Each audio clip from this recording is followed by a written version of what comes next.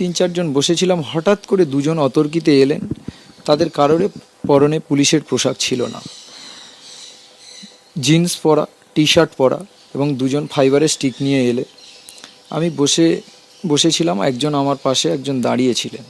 তো স্বাভাবিকভাবে তিনি দাঁড়িয়ে থাকার জন্য তার পায়ে আঘাতটা পড়েছে, আর আমি বসে থাকার জন্য হাইটটা শর্ট হয়ে যাওয়ার জন্য আমাকে পুরোপুরি এইখানে মেরেছে, লাঠি দিয়ে মেরেছে, এবং একসাথে দুজনেই মেরেছে লাঠি দিয়ে।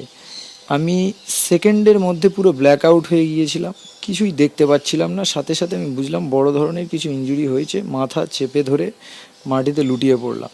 কোর্টকে দেখলাম সাংবাদিক সম্মেলন করে একজন পুলিশ অফিসার বলছেন যে আমরা যতটুকু সংযম দেখিয়েছি, মৃদু লাঠিচার্জ করেছি আমরা, জাস্ট ওনাদেরকে বের করার জন্য।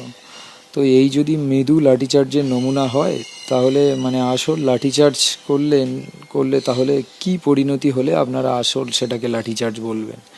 একজন শিক্ষকের মৃত্যু বা একজন নাগরিকের মৃত্যু যদি হয়, তখন আপনারা বলবেন যে পুরোপুরি লাঠিচার্জ।